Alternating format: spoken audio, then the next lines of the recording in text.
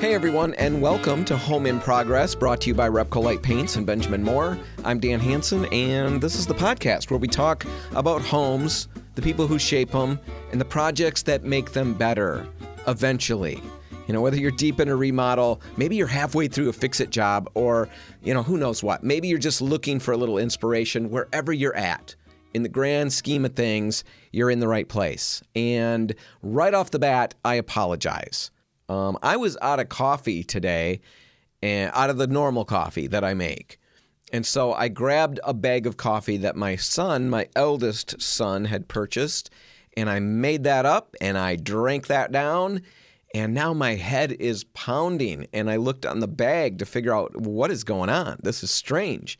There is so much energy coursing through my veins. It's like I'm seeing the entire universe playing out in front of me, and I feel like I can interact with all parts of it. I feel all-powerful, and that's not normal. I don't normally feel that when I drink coffee, so I looked to see what did I drink, and it's apparently coffee that has 4, 5, 6, I can't remember, 7 times the amount of caffeine of a normal cup of coffee.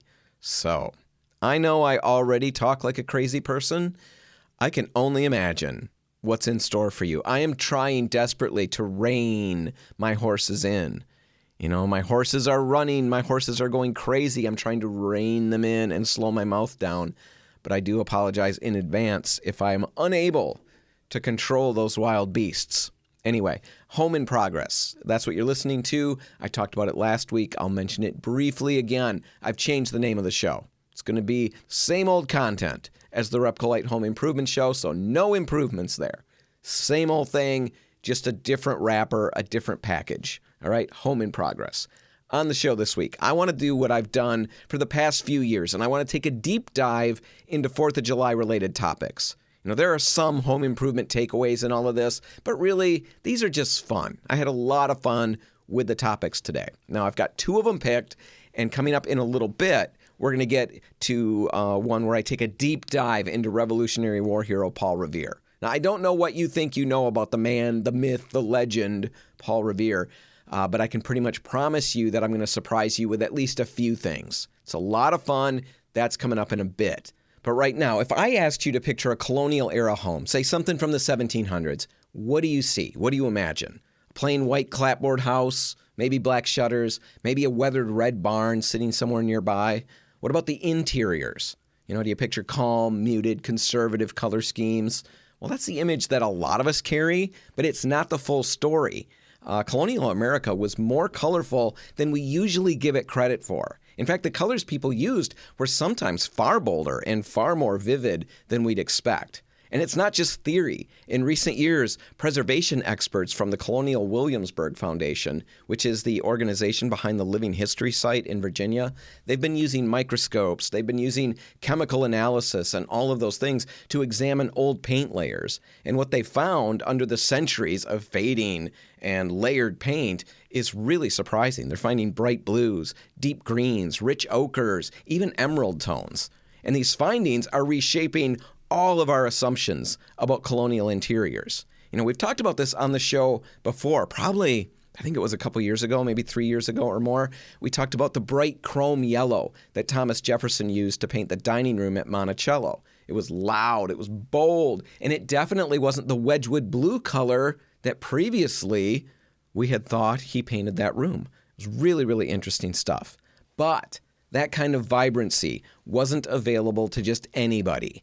The colors that we see now in high-end restorations came from pigments that were either imported or really, really costly to produce. Prussian blue, for example, popular color amongst the wealthy, but it had to come from Europe. Verdigris, a green, was made by suspending copper over vinegar, which was incredibly time-consuming and expensive, just a lengthy process to get to that color. Wealthier homeowners, they could afford those materials, and they could afford the labor and the time that it took to apply multiple coats on their walls. So they got the rich green parlors, the deep blue hallways, the yellow dining rooms, all of that. But if you were an average tradesman or farmer, you're an average Joe, you're cutting the mustard, but that's about all you're cutting. If that's you, your options were way more limited and a lot more local. Paint wasn't cheap. Even the basics like linseed oil, that came at a cost. So in many rural homes, especially early on, the walls were left unpainted. Or if they were coated, it was often with something really simple, homemade mixtures using whatever they had on hand. Iron oxide, for example. They got red from that, and it's basically rust. They gathered rust and put it in linseed oil, and there you go. You've got red paint. Yellow ochre or raw umber. They used those materials for warm, earthy yellows and browns. Carbon black came from charred wood. Lime whitewash. It was simple, really cheap to make, widely used, but it really required a lot of maintenance. It wasn't durable at all. Now, these colors that they had weren't selected for style. They weren't finding just the right carbon black, just the right iron red oxide. They were chosen because they were there. And somebody was saying, you got to use something, use that mud over there. It's going to make a nice brown for you. So they were warm, they were practical, they were muted. And in many cases, the goal wasn't to decorate something, it was to protect something. These coatings sealed wood and helped preserve structures from the weather. And the fact that they added color was more or less incidental, not a big part of the process. When it comes to process, let's talk about making the paint a minute, just briefly. How did they do that? How did they, get all of that stuff together? Well, they did it right at home. There were no RepcoLites making paint for them, no fan decks to choose from. If you wanted to add color to your world, basically you had to go dig something up in the yard, grind the pigments yourself, and then you're stirring it into oil. I mentioned linseed oil earlier. You're stirring it into that, into milk, into lime. It's a messy, labor-intensive process, and as an aside, it was crazy unpredictable. One batch might go on smooth and dry evenly and be this or that color. The next batch that you make using what you thought were the same ingredients might function differently, might have an entirely different color. Who knew? You didn't know. It was a crapshoot. Still, for those who could afford it, color was more than a coating. It was a message, right? So that bright white house that we might picture, it wasn't about simplicity. We tend to sometimes think, oh, they went white because they're, being modest or being simplistic or something like that, just streamlined. No, if you had a white house, especially an immaculate white house, it meant you had the means to reapply that whitewash regularly. Like I said, it didn't last. It wasn't a durable product, so it had to be reapplied regularly. If you could do that and keep the house looking good, you had some money. That was what that said. If you had a rich yellow or a blue somewhere, that meant imported pigments had to come in. It meant skilled labor was involved. Again, it meant you had money. In colonial America, color wasn't just aesthetic. It wasn't just about setting the mood or the tone for a room. That happened. That was part of it. But it was also a way of telling your neighbors what kind of cash, what kind of resources you had access to, what you valued, where you stood, in the economic scheme of things. But even the most expensive, eye-popping colors didn't stay that way. Over time, they changed. Verdigris, for example, it darkened when exposed to sunlight. Prussian blue often faded towards gray or green. Linseed oil yellowed as it aged. Go ahead and add decades of weather and wear, and many of those original colors became nearly unrecognizable. So part of the reason that we now imagine colonial homes as drab or colorless is because we're not seeing what was originally there. We're seeing what's left behind, after centuries of change, but not what was originally there. And so when these restoration projects took off in the early 1900s, many of them leaned into restraint. Soft whites, sage greens, grays, things like that. The choices felt historic, but it turns out they weren't always accurate. Now that we've got better tools and a little scientific detective work that we can do, we're beginning to set the record straight. Paint analysis and pigment research from institutions like Colonial Williamsburg, we mentioned them earlier, they've helped us reconstruct historically accurate palettes, sometimes down to the exact mix of ingredients. Benjamin Moore even partnered with Colonial Williamsburg to create a color collection based on these findings. Their Williamsburg palette includes soft creams, smoky greens, rich browns, saturated blues, all colors pulled from original paint chips, from plaster fragments, from wallpaper samples. They're not just guesses, they're evidence-based recreations of what 18th century America really looked like. And I love that. That is so interesting to me because paint, something we so often think about as a background, is actually a bit of a time machine. It tells us who we were, what we had, and what we thought mattered. It reminds us that even the simplest design choice, what color to put on the walls, it really, at the grand scheme of things, that is a pretty simple choice compared to all the other things that go into decor and designing a home. Even that simple choice, though, was loaded with meaning. So yeah, some colonial colors, they were quite colorful. Some were even stunning, incredibly vivid. Other areas, other homes were completely uncoated. Or if they were coated, they were coated with whatever a family could make by hand. But each one of those colors, everything that went on anywhere, tells a story. And now, thanks to science, we're starting to see these stories a little more clearly. It's really interesting. Definitely something to dig into a little further. And by all means, go back in time. I'll put a link in the show notes. But go back in time and find our discussion on Thomas Jefferson's Monticello. We dig into a little more of the science behind discovering that color. It's really, really interesting. Go check that out.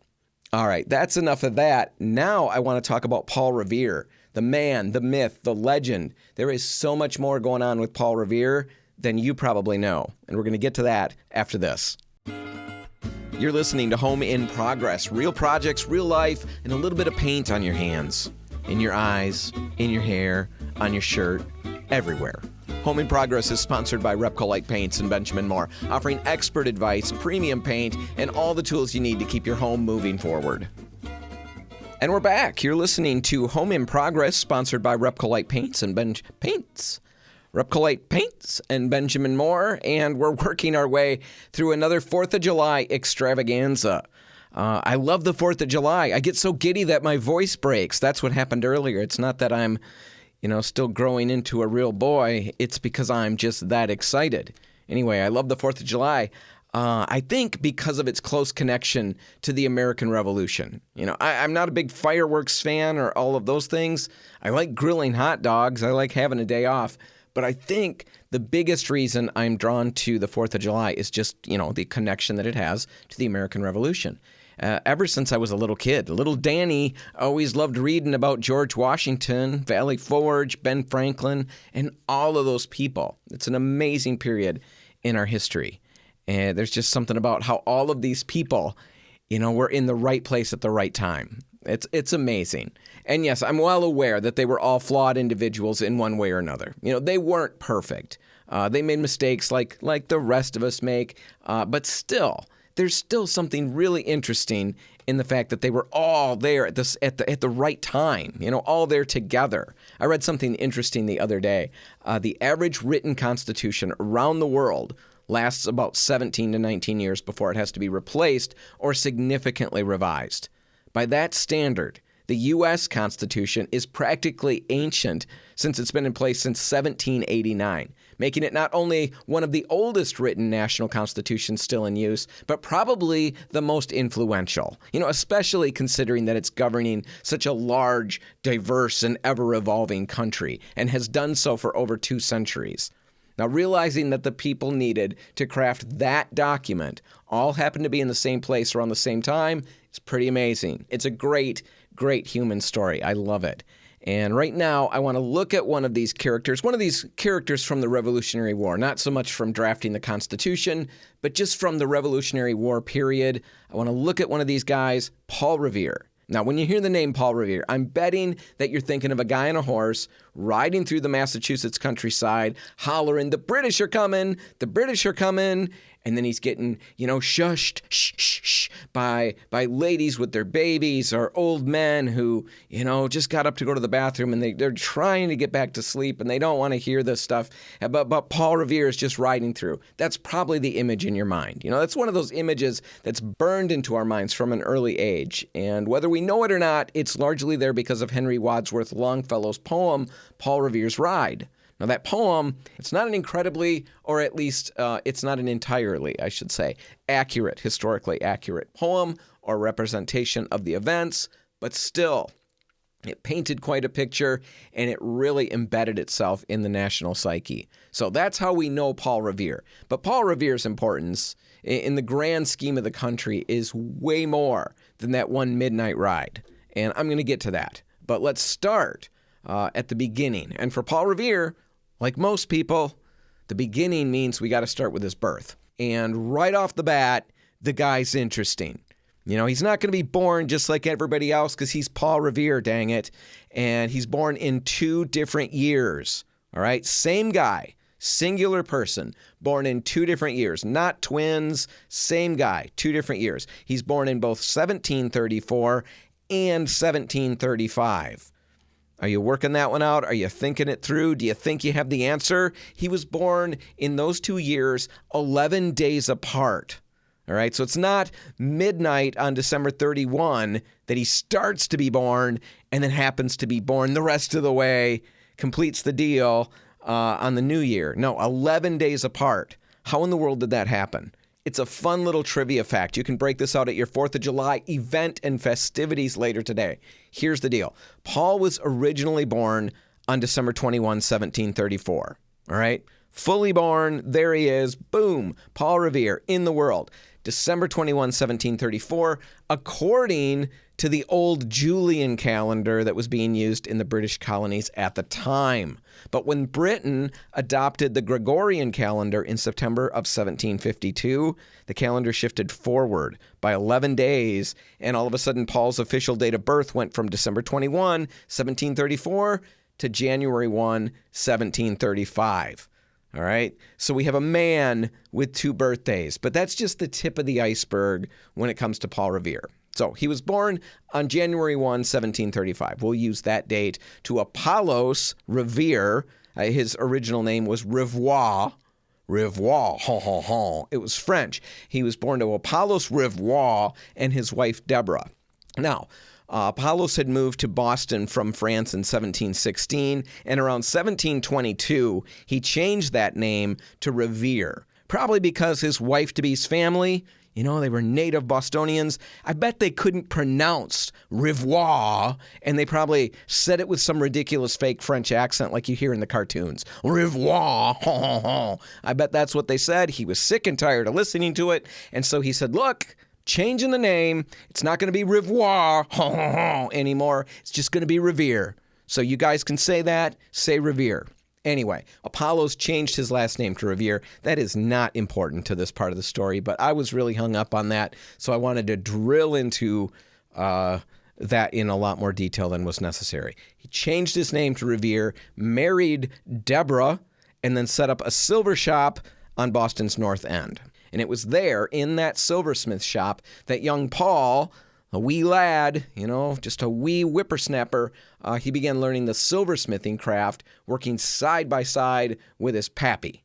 And by his teens, Paul was assisting with all kinds of things, tasks like polishing finished pieces. He was shaping simple forms. He was handling basic soldering work. He likely spent hours and hours and hours melting scrap silver, hammering out sheets, and learning how to engrave decorative patterns into tankards and teapots. He was even producing small engraved items on his own. Things like nameplates, rings, perhaps custom buttons or charms. He was repairing belt buckles, the little buckles on their shoes even. Because remember, they had buckles on their shoes back then. We've even got historical records, including Revere's own account books, preserved by the Massachusetts Historical Society, showing that he took on tons of small jobs as a teenager. Probably so he had money for taking girls out on dates. Or maybe getting, the latest music or whatever he was into at that time. Anyway, when his father died in 1754, 19-year-old Paul, his birthday has just been switched, by the way. So he's still dealing with the fact that he's no longer a December 21 baby, but now he's a January 1 baby. I'm sure that really played in his psyche. Probably not as important as when his father passed away. But when his dad dies, 19-year-old Paul takes over the family business. A few years later, he marries Sarah Orne, and they begin raising a family. Now, as a quick aside, Paul had 8 children with Sarah, and she died giving birth to their 8th child, and the 8th child also passed away. After that, after a while passed, he married Rachel Walker, his second wife, and proceeded to have 8 more kids. So, 15 kids. Paul was busy. He had a lot going on.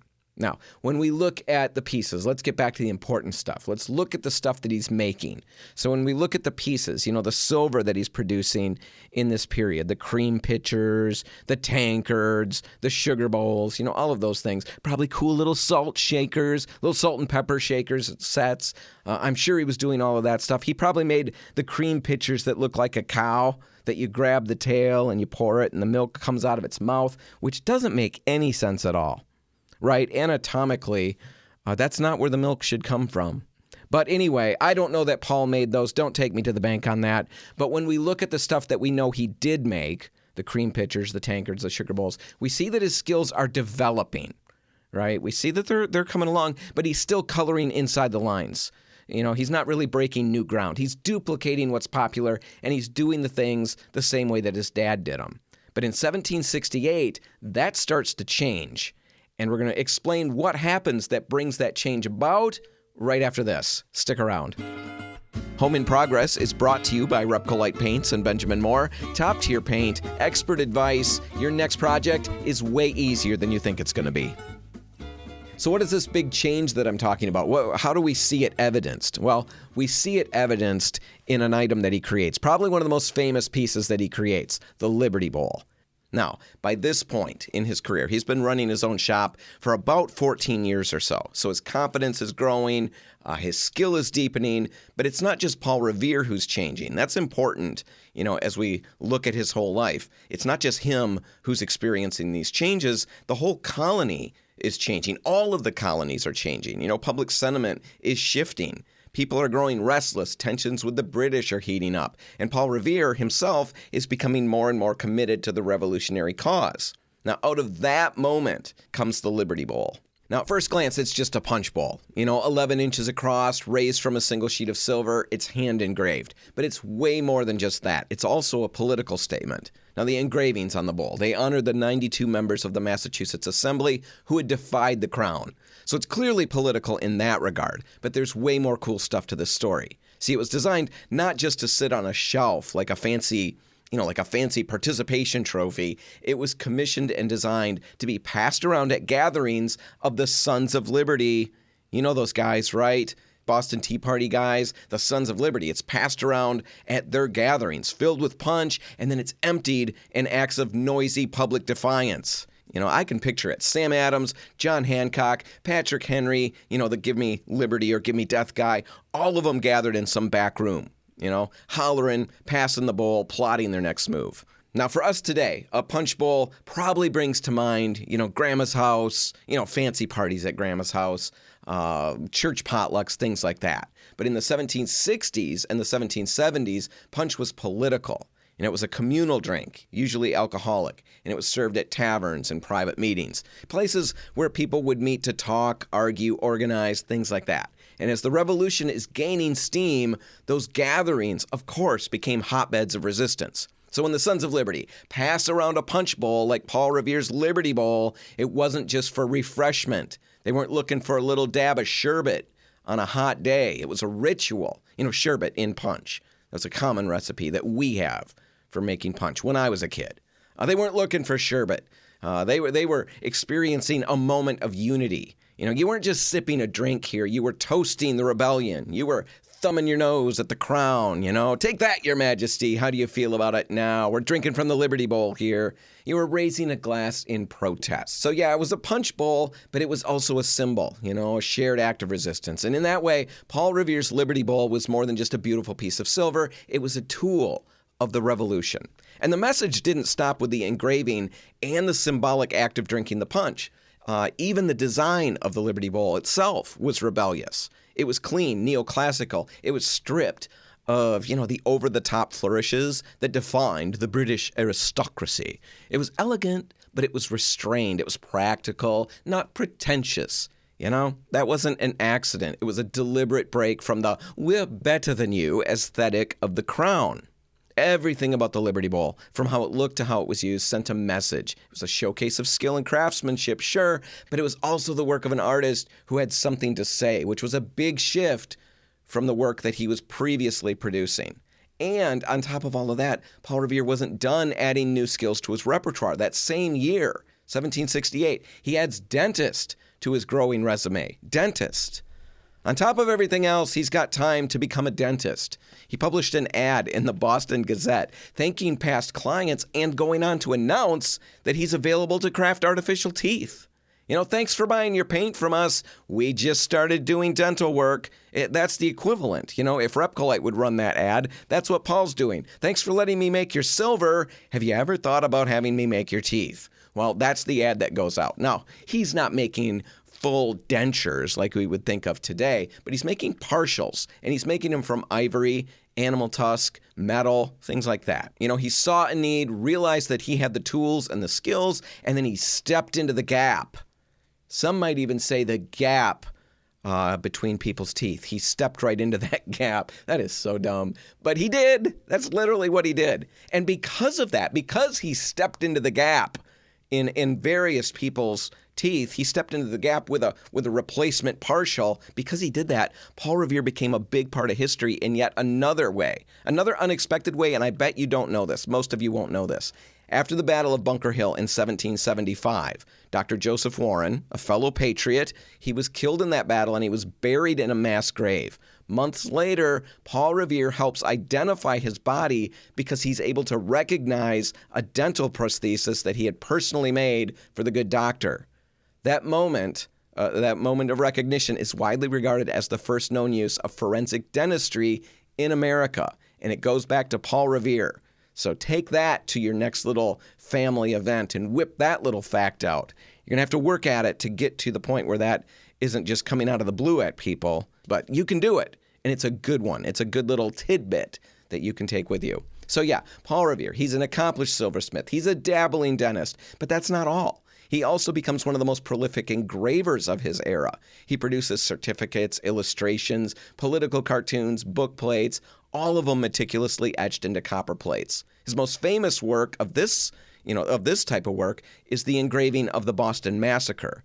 And that was dramatic and emotionally charged. The piece that he made, incredibly emotionally charged. It wasn't entirely accurate, historically. It wasn't meant to be. It was propaganda, and it worked. It really stirred up the anger. It helped unify the colonies against the British occupation.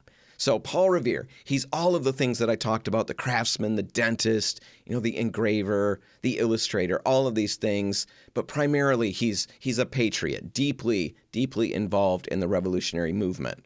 And that's going to bring us to the events that most of us remember, the Midnight Ride. The Midnight Ride of Paul Revere. Now, on the night of April 1875, Paul Revere receives word that the British troops are on the move. They're likely heading to arrest Samuel Adams and John Hancock in Lexington. They're going to seize weapons that are stored in Concord. Well, Paul springs into action. Now, first, he's arranged for 2 lanterns to be hung in the steeple of the Old North Church. And that's a signal, as we all know, for patriots across the river in Charleston, and it's letting them know, hey, the British are coming by sea. Then, he's rowed across the Charles River, and he mounts a borrowed horse. I got a feeling that what happened is they rowed him across the river and they put him on a little bit of a hill or something, and then they pulled a horse just beneath him, because that's always how it is in the movies with cowboys. And then he jumped from that little cliff or that little hill and landed firmly on the seat, or the saddle, the saddle of the horse, and took off across the countryside. So he's riding around through Massachusetts, and he's warning everybody, the militia leaders and everything. He's rousing the local population. Now, he didn't yell, sadly, the British are coming. I guess, how do we know? We don't know for sure. I would like to believe that he yelled the British are coming, but apparently we don't have that definitively. In fact, it seems like we could probably imply that he might not have yelled that at all. But he did knock on doors, he did raise the alarm, and he triggered a communication chain that mobilized the militia. And he wasn't riding alone. Paul Revere was part of a well-organized intelligence network, a relay system of riders and informants. William Dawes took a different route. Others joined along the way. And yeah, Paul Revere was eventually detained by a British patrol, and he didn't even make it all the way to Concord. But by the time that happened, the warning had already been spread. It was fast, it was efficient, he did a good job, it worked. And thanks to those efforts, the colonial militias were ready. And the next morning, the battles of Lexington and Concord marked the official start of the American Revolution. Now, after Lexington and Concord, as the war is intensifying, Paul Revere steps into a completely new role, wartime manufacturing.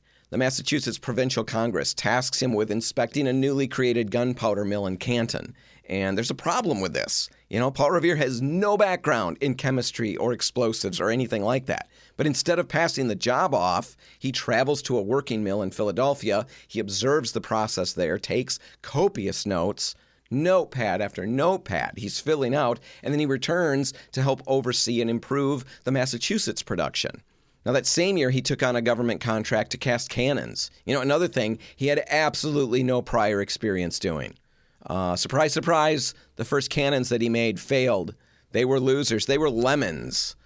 Absolute lemons. They cracked. They were unusable. Send these cannons back to Paul Revere. These are no good. But he didn't walk away dejected and horrified that he'd made cruddy cannons. He studied. He adjusted his techniques. He refined his methods until the cannons that he was producing passed inspection and actually saw service. Now, as the war progressed, he served as a major in the Massachusetts militia and then later was promoted to lieutenant colonel of a newly formed artillery regiment. Now, he wasn't a trained soldier, but he was creative, he was determined, he was capable of organizing and leading others, and for the most part, as he did all of that, things went well. But there's a big but coming up. Not everything went smoothly. In 1779 was a really rough year for Paul. In fact, probably one of Paul's worst years. If he had a diary, it probably said, "Dear Diary, 1779 stunk." What happened? We're going to get to that story right after this. This is Home in Progress, where the to-do list is long, and that's all right. We're not crabbing at you. We're not going to yell at you. That's how it is. It's how ours is, too. It's proudly supported by RepcoLite Paints and Benjamin Moore, because home projects are easier when you've got people you can trust. All right, so 1779. What in the world made this year so bad for Paul Revere? Well, to get to that, we've got to look at the Penobscot expedition. The Penobscot expedition. I am sure I'm not saying that smoothly. It's not an easy word to say. Penobscot. Penobscot. During that expedition, which was a military campaign that was designed to be quick, decisive, and of course victorious. Not many campaigns, military campaigns, are designed to be failures. This one was designed to be victorious, and they were going to drive the British out of eastern Maine, reclaim the territory, and secure the coast. Great big grand vision here. On paper, it looked like it was brilliant. It was going to work. American land forces, including Paul Revere and his artillery regiment, were going to coordinate with a fleet of naval ships, and together they were going to corner the British and force a surrender. But that is not how it played out at all. Poor leadership, miscommunication, hesitation among the commanders turned the campaign into a literal catastrophe. The land troops, including Revere and his artillery, clashed repeatedly with their superiors. And while they were stalled on land, the American fleet sat vulnerable in Penobscot Bay. Now, eventually, the British reinforcements arrive, and in the chaos of that, the entire American fleet, which was over 40 ships, was destroyed. Many were scuttled or burned by their own crews to prevent capture. That was the worst naval disaster in American history until Pearl Harbor. Now, in the aftermath of all of that, Paul Revere was accused of disobedience, he was accused of cowardice, and those charges ended up leading to a military court-martial. The trial itself dragged on for 3 years, something like that, and during that time, Paul Revere was effectively sidelined. His name is tarnished, his career's at an absolute standstill. But finally, when the court convenes in 1782, he's acquitted on all counts. The tribunal found no basis, absolutely no basis for the accusations. Turns out much of the blame rested on the higher-ranking officers. Sure, Paul Revere had made mistakes. We all made mistakes. It was a crazy time, but they weren't criminal mistakes. So his name is cleared, and he comes out of that ordeal determined that he's going to rebuild his life and his reputation. And that's exactly what he ends up doing. So at the age of 65, the war's over, he's 65 years old. Many people, they would slow down at this point. Some of us slow down way before that. But at 65, Paul Revere jumps into industrial manufacturing. That was a bold move. He was trying to bring rolled copper technology, which was then, mostly a European innovation. He was trying to bring that into American hands. Now, why copper? Well, he did it because copper sheets were critical to naval shipbuilding. And as you remember, we lost a lot of ships in the Penobscot expedition. So Paul Revere is doing what he can to replenish the American fleet. And this sheathing ends up being used on the wooden hulls of ships like the USS Constitution, which, thanks in part to this copper, is still afloat today. Now, what's interesting is in this endeavor, like in so many things that he undertook, he didn't know what he was doing in the beginning. He visited European-style mills. He studied machinery. He hired experts. He experimented, sometimes with success, often with failure. He had to troubleshoot every aspect of the process, the temperature, the alloy ratios, the rolling techniques. It was a constant grind of learning and then revising and then rebuilding. But he didn't give up. That's the thing that's really cool about all of this. He didn't give up. He kept pushing, he kept refining, and eventually he got it right. And his copper sheets were used, like I said, on the hulls of ships, but also on the roofs of public buildings and in countless industrial applications. The business that he started at this point in his life, what would become the Revere Copper and Brass Company, helped lay the groundwork for American manufacturing. It's just absolutely crazy, all the things the guy did. In the end, Paul Revere wasn't just that guy on a horse shouting warnings in the night. He was a silversmith. He was a printer, a dentist. A dentist. Remember the dentist? He was a political organizer, a military officer, a cannon maker. He worked with gunpowder. He was a copper baron. In every sense of the word, he was a pioneer of American industry. Now, he died in 1818 at the age of 83. He'd spent his entire life doing what makers do best. And we're going to get to that term in a little bit here. What makers do best, that's what Paul Revere did. Solving problems, learning new things, and trying again and again and again after failure, and then in the end, building something that will last. And when you look at it that way, Paul Revere's story isn't just a piece, a little tiny piece of American history. It's kind of like a blueprint. It's a plan. It's proof that you don't need to be perfect or prepared before you begin something. You just need to start. You need to jump in.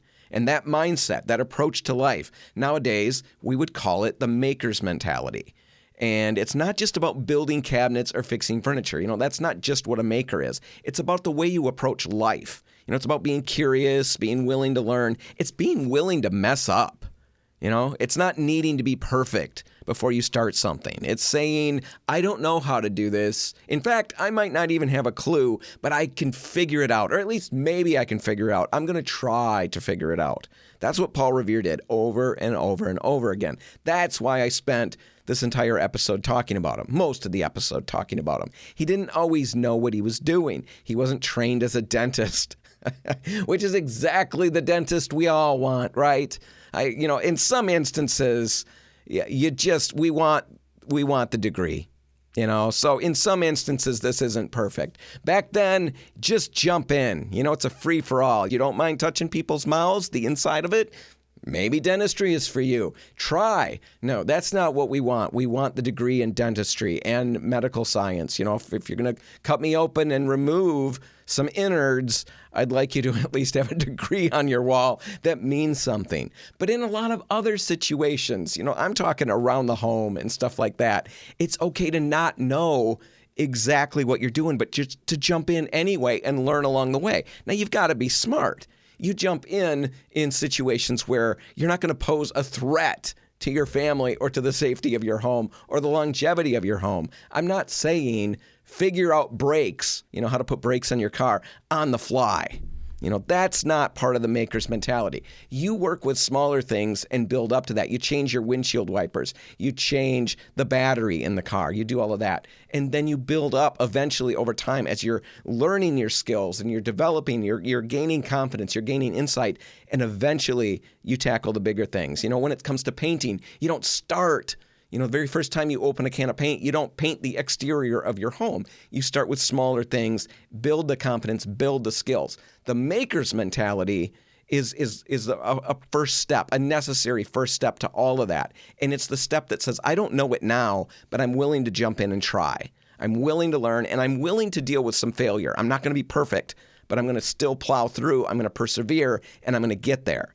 That mindset works everywhere. It works in a workshop. It works in a kitchen. It works at a desk job. It works in parenting. It's not about being an expert. Like I said, it's about being willing to try. And when you live like that, when you lean into that maker's mindset, you really start to realize that the world isn't something that just happens to you. You know, your home isn't just something that happens to you and you've got to just deal with it as best you can by calling in experts and waiting till they can get there.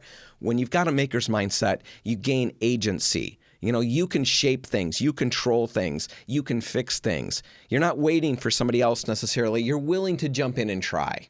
You can be, let's say it this way, you can be a mini little DIY version of Paul Revere. That's the whole point of all of this. You know, and it's fun because it's 4th of July. It's fun to talk about Paul Revere and this era in general, but also to squeeze a little bit of DIY goodness out of it and maybe apply it to our lives. So get out there and give it a shot. Give it a try. And if your project does involve paint, you know, if that's part of what you're working on, we're here to help. So just swing out to any RepcoLite, tell us what you're working on. We'll get you moving in the right direction. Thank you so much for listening to Home in Progress. I hope today's story, gave you a new perspective on Paul Revere. Maybe it sparked a little inspiration for your next project. If you do want to hear more stories like this, more content like this, where history and home improvement collide and all kinds of different things, it's what we do on the show. If you want to hear that, be sure to follow the show and leave us a review. That really helps new listeners find us, and it lets us keep making great content for you. You can find Home in Progress wherever you get your podcasts, and if you're enjoying the show, share it with a friend who might love it too. Have a safe and happy 4th of July weekend. Enjoy your time with your family. And remember, whatever project you've got next on your list, RepcoLite is here to help you make it easier. I'm Dan Hansen. See you next time.